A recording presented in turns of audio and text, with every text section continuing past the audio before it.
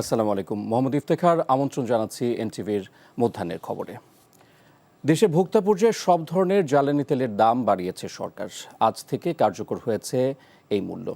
নতুন দরে প্রতি লিটার ডিজেল ১১৫ টাকা, অকটেন ১৪০ টাকা, পেট্রোল ১৩৫ টাকা এবং কেরোসিন বিক্রি হচ্ছে ১৩০ টাকায়। ডিজেল প্রতি লিটারের দর বেড়েছে ১৫ টাকা, কেরোসিন ১৮ টাকা, অকটেন সর্বোচ্চ ২০ টাকা এবং পেট্রোলের দর লিটার প্রতি ১৯ টাকা পর্যন্ত বাড়ানো হয়েছে। জ্বালানির এই মূল্য বৃদ্ধির প্রভাব পড়তে পারে পরিবহন ভাড়া, কৃষি উৎপাদন খরচ এবং দৈনন্দিন পণ্যের দামে। বিদ্যুৎ, জ্বালানি ও খনিজ সম্পদ বিভাগ বলছে, আন্তর্জাতিক বাজারের সঙ্গে সামঞ্জস্য রাখতে এবং সরবরাহ ব্যবস্থায় স্থিতিশীল রাখতেই এই সমন্বয়। দর্শক, এ বিষয়ে বিস্তারিত জানতে এখন যাব কুমিল্লায়। সেখানে আছেন আমাদের স্থানীয় প্রতিনিধি মাহফুজ নান্টু। মাহফুজ, তেলের দাম বাড়ার পর পাম্পে ভিড় কেমন দেখছেন আর গ্রাহকরা কি বলছেন?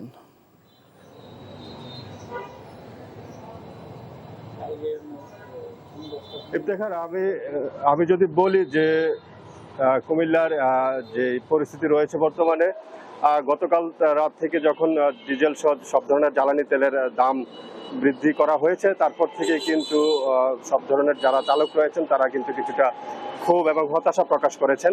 এবং আজকে সকালেই কিন্তু যে বিষয়টি জানাতে চাই যে সকাল থেকে কিন্তু কিছু কিছু বাস স্ট্যান্ড থেকে কিন্তু 10% ভাড়া বৃদ্ধি করা হয়েছে জ্বালানি তেল বৃদ্ধির কারণে। আমরা যদি বলি যে এখন পর্যন্ত কুমিল্লা জেলা বাস মালিক সমিতি কিংবা ট্রাক চালক সমিতি তারা কিন্তু বলেছেন যে আনুষ্ঠানিকভাবে কোনো দাম বা ভাড়া বৃদ্ধি করা হয়নি, তবুও কিন্তু তারা অতিরিক্ত ভাড়া নিচ্ছেন এবং যারা ভাড়া নিচ্ছেন তাদের ব্যাপারেও কিন্তু পদক্ষেপ নিতে। তবে কুমিল্লা জেলা বাস মালিক সমিতি তারা জানিয়েছেন যে কেন্দ্র থেকে সিদ্ধান্তের পরেই কিন্তু তারা বাড়তি ভাড়ার বিষয়ে সিদ্ধান্ত নেবেন। তবে এই মুহূর্তে আমি যে পাম্পে রয়েছি কুমিল্লা নগরীর নূরপুর এলাকায়, সেই এলাকায় কিন্তু যে পাম্পের যারা রয়েছেন তারা জানিয়েছেন যে ডিজেল সহ অন্যান্য তেলের যে দাম বৃদ্ধির ফলে কিন্তু সকাল থেকে বেশ কিছু গ্রাহক চালক এসেছেন। তারা জানিয়েছেন যে এমনিতেই সরবরাহ নাই, তার উপরে অতিরিক্ত দামের কারণে কিন্তু তারা অনেকটাই ক্ষোভ প্রকাশ করেছেন। তারা জানিয়েছেন যে যদি দাম বৃদ্ধিও পায় তবে সেক্ষেত্রে যেন সরবরাহটা স্বাভাবিক থাকে।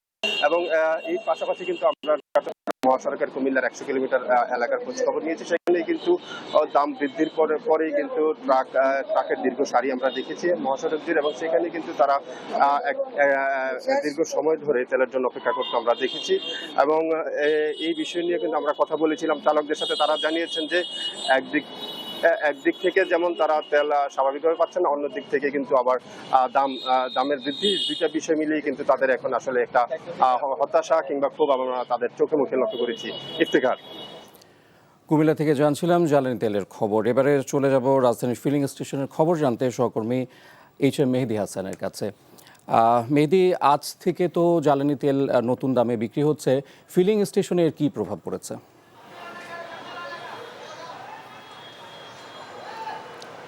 ইফতেখার, ফিলিং স্টেশনগুলোতে আমি সকাল থেকেই কিন্তু পর্যবেক্ষণ করছি এবং এখানে এখন আমরা পরিবাগের পরে চলে এসেছি এই মৎস্য ভবনের পাশে যেই ফিলিং স্টেশন রয়েছে, রমনা ফিলিং স্টেশন। এখানেও একই চিত্র দেখতে পাচ্ছি, অর্থাৎ এখানে গেল বেশ কয়েকদিন যাবৎ যে এই যে ভিড় এবং তেল দীর্ঘক্ষণ অপেক্ষার পর না পাওয়া বা অনেকক্ষণ পরে পাওয়া, সেই চিত্র কিন্তু একই রয়েছে। যেটা ভাবা হচ্ছিল যে তেলের দাম বৃদ্ধি পেলে এক ধরনের যে সিন্ডিকেট রয়েছে সেটি কমে আসবে কিনা, একটা ভারসাম্য আসবে কিনা, সেই চিত্র কিন্তু এখনো পর্যন্ত আমাদের চোখে পড়ছে না। আমরা পাম্প মালিকের সাথে কথা বলেছি, তারাও যেটি বলছেন যে সরবরাহ কিন্তু এখানে খুব একটা নেই, যার কারণে তারা পর্যাপ্ত পরিমাণ তেল কিন্তু তারা দিতে চাইলেও আসলে দিতে পারছেন না।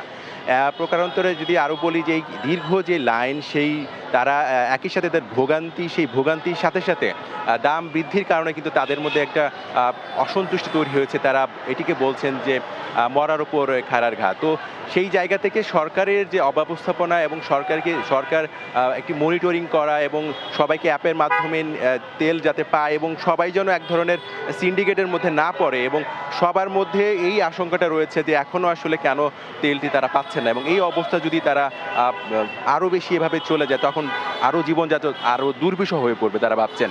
একই সাথে বলে রাখি যে এই তেল দাম বৃদ্ধির কারণে কিন্তু জনজীবনে আরও বেশি মারাত্মক প্রভাব ফেলে। বিশেষ করে অন্যান্য যেই পণ্য রয়েছে, ভোগ্যপণ্য, সেগুলো কিন্তু দাম হু হু করে বেড়ে যায়। তো সেই আশঙ্কাও তারা করছেন। একই সাথে তেল না পাওয়ায় বিশেষ করে রাইড শেয়ার যারা করছেন তাদের কিন্তু বেশ চরম দুর্ভোগের মধ্যে পড়তে হচ্ছে। তাই তারা সরকারের সুদৃষ্টি কামনা করছেন এবং খুব দ্রুততম সময়ের মধ্যে এই যে অব্যবস্থাপনা, এই যে তেল না পাওয়ার যে সংকট, সংকট, সেটি থেকে তারা মুক্তি চান। তো এই ছিল এখনকার পরিস্থিতি। ইফতেখার। রাজধানীর ফিলিং স্টেশনের খবর জানছিলাম। হাম আক্রান্ত শিশুর সংখ্যা ক্রমেই বাড়ছে। গত 24 ঘন্টায় এ রোগের সংক্রমণে 4 শিশুর মৃত্যুর খবর জানিয়েছে স্বাস্থ্য অধিদপ্তর। স্বাস্থ্য অধিদপ্তরের প্রতিবেদনে বলা হয়েছে 15 মার্চ থেকে এ পর্যন্ত 35 শিশুর মৃত্যু হয়েছে, আর হামের উপসর্গ নিয়ে মৃত্যু হয়েছে 178 শিশুর। প্রতিদিন নগরের হাসপাতালগুলোতে বাড়ছে রোগীর চাপ। স্বাস্থ্য বিভাগ বলছে গত 24 ঘন্টায় হামের উপসর্গ নিয়ে 624 জন রোগী হাসপাতালে ভর্তি হয়েছেন। রাজধানীর মহাখালীতে ডিএনসিসি ডেডিকেটেড হাসপাতালে আছেন স্টাফ করেসপন্ডেন্ট নাজিবুর রহমান। সেখান থেকে হাম পরিস্থিতি জানাতে সরাসরি যুক্ত হচ্ছেন তিনি।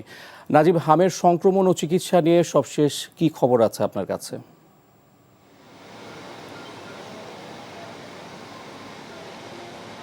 ইফতেখার, নগরীর যে কয়টি সরকারি হাসপাতাল রয়েছে সেই সরকারি হাসপাতালগুলোতে কিন্তু ক্রমেই হাম রোগীর সংখ্যা বাড়ছে। মূলত শিশুরা এই রোগে আক্রান্ত হচ্ছে। সংক্রামক রোগ হওয়ার কারণে কিন্তু দ্রুতই এই রোগ বিস্তার পাচ্ছে নগর জুড়ে। আপনি নিশ্চয়ই জানেন যে স্বাস্থ্য অধিদপ্তরের প্রতিবেদনে কিন্তু ইতিমধ্যে বলা হয়েছে যে ঢাকা বিভাগেই কিন্তু মূলত এই হামের সংক্রমণটি তুলনামূলক বেশি। আমরা গতকালও যেটি জানতে পারছিলাম যে প্রায় 650 উপসর্গ নিয়ে হাসপাতালগুলোতে ভর্তি হয়েছে, যার মধ্যে 400 শিশুই কিন্তু ঢাকা বিভাগের মধ্যে। এবং আমরা আজ নগরীর বিভিন্ন হাসপাতালগুলো ঘুরেছি, সেখানে দেখতে পাচ্ছিলাম যে আক্রান্ত শিশুরা কিন্তু প্রতিদিনই প্রায় এই ডিএনসিসি কোভিড হাসপাতালেও কিন্তু আমরা দেখছিলাম প্রতিদিন প্রায় শতাধিক শিশু কিন্তু ভর্তি হচ্ছে। এখনও পর্যন্ত এখানে 400 শিশু ভর্তি আছে। মূলত আমরা অভিভাবকদের সাথে কথা বলছিলাম, সেখানে তারা বলছিলেন যে সচেতনতার অভাব টিকা দেওয়ার ক্ষেত্রে, সেটিই কিন্তু এই হাম দ্রুত বেড়ে যাওয়ার অন্যতম দায়ী। তারা বলছেন যে টিকার প্রাপ্যতা, তারা কোথায় গিয়ে টিকাটি নেবেন, কখন নেবেন, সে ব্যাপারে তাদের অজ্ঞতা ছিল এবং সে কারণেই কিন্তু হামের প্রাদুর্ভাবটা এতটাই বেড়েছে। সেই সাথে টিকা কার্যক্রম শুরু হয়েছে। আপনাদেরকে যদি একটু জানাই যে সারা দেশে 4টি সিটি কর্পোরেশনে শুরু হচ্ছে। আগামীকাল থেকে সারা দেশে জেলা উপজেলা পর্যায়েও কিন্তু হামের যে টিকা কার্যক্রম সেটি শুরু হচ্ছে। যারা কম বয়সী শিশুরা রয়েছেন তারা কিন্তু এই টিকা কার্যক্রমের আওতায় আসবেন এবং নির্দিষ্ট সংখ্যক টিকা প্রদানের মাধ্যমে হামের প্রাদুর্ভাব কমিয়ে আনার চেষ্টা করছে সরকার। সেক্ষেত্রে বিশেষজ্ঞরা যেটি বলছেন যে এই টিকার যে কার্যকারিতা সেটি শুরু হতেও কিন্তু প্রায় 3 থেকে 4 সপ্তাহ সময়ের প্রয়োজন হয় এবং সেই সময়ের প্রয়োজন হলে, অর্থাৎ ধারণা করা হচ্ছে যে 1 থেকে 1.5 মাসের মধ্যে হামের যে প্রাদুর্ভাব সারা দেশব্যাপী সেটি কিন্তু কিছুটা কমে আসতে পারে। তাছাড়া এই যারা হাসপাতালে ভর্তি আছেন তাদের যেই অবস্থা আমি যে দেখছি সেটি কিন্তু আসলে বলা যায় দুঃখজনকই। সবাই কিন্তু অনেকটা কষ্ট করছেন, অভিভাবক থেকে শুরু করে শিশুরা। তো সব মিলে এই ছিল আমার কাছে হাসপাতাল থেকে হামের পরিস্থিতি। ইফতেখার, জানছিলাম হামের চিকিৎসার খবর।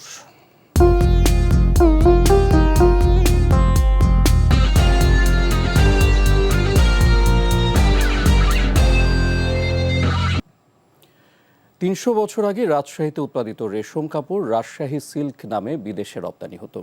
এই ঐতিহ্যের কারণেই সিল্ক দিয়ে ব্র্যান্ডিং করা রাজশাহী জেলা পরিচিতি পেয়েছে সিল্ক হেভেন নামে। 2017 সালে জিআই পণ্যের স্বীকৃতিও পেয়েছে রাজশাহীর সেই সিল্ক। এরপরও দেশের গর্ব ও ঐতিহ্যের প্রতীক রাজশাহী রেশম শিল্প এখন মৃতপ্রায়। নানা সংকট ও অব্যবস্থাপনার কারণে এখন ধুঁকে চলছে ঐতিহ্যবাহী রেশম কারখানা। রাজশাহী থেকে সমসাজুর রিপোর্ট, ক্যামেরায় ছিলেন শরীফুজ্জামান রয়েল। 1961 সালে নগরীর শিরোল বাস টার্মিনালের পাশে 15.5 বিঘা জমির উপর 471 জন শ্রমিক কর্মচারী নিয়ে শুরু হয়েছিল রাজশাহী রেশম কারখানা। 1975 সাল পর্যন্ত এটি ছিল একটি লাভজনক প্রতিষ্ঠান। 1978 সালের পর থেকে শুরু হয় লোকসানের পালা। 1,13,00,000 টাকা ঋণের বোঝা মাথায় নিয়ে 2002 সালে বন্ধ হয়ে যায় কারখানাটি। পরবর্তীতে পরীক্ষামূলকভাবে কয়েকটি লুম দিয়ে কারখানাটি চালু করা হলেও রয়েছে নানা সংকট। আমাদের যে মেশিনগুলো আছে সেই মেশিনগুলো অনেক পুরানো। আধুনিক কিছু মেশিন নিয়ে আসা যায়, তাহলে কাজের মান আলো ভালো হবে। সুতার একটু সমস্যা, সুতা তো সেরকম পাওয়া যায় না। সুতা শেষ হয়ে গেলে আমাদেরকে বসে থাকতে হয়। দক্ষ এবার বর্তমানে এখানে কেউ নাই, যারা আছে বাইরে ছিল, যারা বাইরে পাঠিয়ে দেওয়া হয়েছে ওদেরকে। নতুন সরকার দায়িত্ব নিয়ে সিল্কের ঐতিহ্য ফিরিয়ে আনার পরিকল্পনা হাতে নিয়েছে। এরই মধ্যে রাজশাহী রেশম কারখানা পরিদর্শন করে গেছেন বস্ত্র প্রতিমন্ত্রী, শুনিয়ে গেছেন আশার বাণী।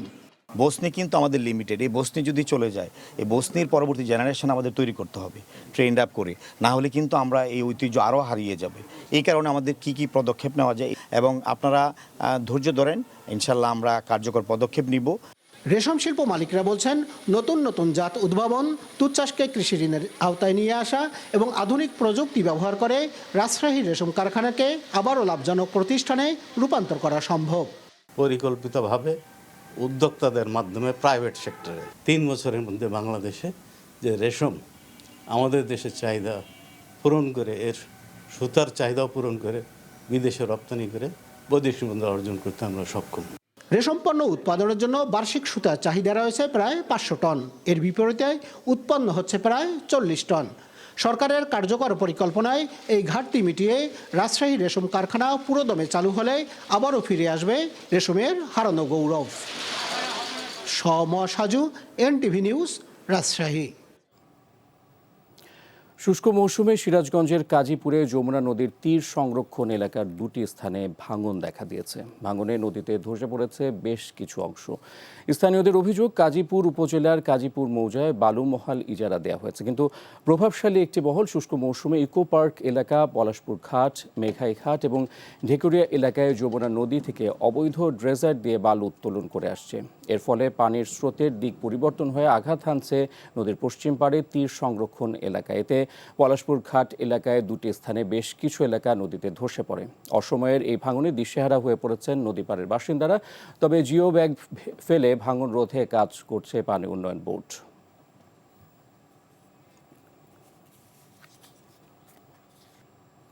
খেলার খবর, রাজধানীর মিরপুরে 107 বছরের পুরনো গাবতলী খেলার মাঠ দখলমুক্ত করে শিশু কিশোরদের জন্য উন্মুক্ত করার ঘোষণা দিয়েছেন যুব ও ক্রীড়া প্রতিমন্ত্রী আমিনুল হক। মিরপুর মাজার রোড সংলগ্ন গাবতলী খেলার মাঠ একসময় যেখানে ফুটবল ঘিরে জমত প্রাণের উচ্ছ্বাস, এখন তার বড় একটি অংশ দখল হয়ে গেছে অবৈধ স্থাপনায়। রোববার সকালে মাঠটি পরিদর্শনে যান যুব ও ক্রীড়া প্রতিমন্ত্রী আমিনুল হক। পরিদর্শন শেষে তিনি ঘোষণা দেন, অবৈধ দখল উচ্ছেদ করে মাঠটি ফিরিয়ে দেওয়া হবে খেলাধুলার জন্য। আইনি জটিলতা থাকলেও সেটি নিরসনে দ্রুত পদক্ষেপ নেওয়ার কথাও জানান তিনি। স্থানীয়দের মতে প্রায় 1 শতাব্দী আগে মুন্সি লাল মিয়া এই মাঠটি শিক্ষা প্রতিষ্ঠানের নামে ওয়াকফ করেছিলেন, কিন্তু রাজনৈতিক প্রভাব ও অব্যবস্থাপনায় মাঠটি হারাতে বসেছে তার আসল রূপ।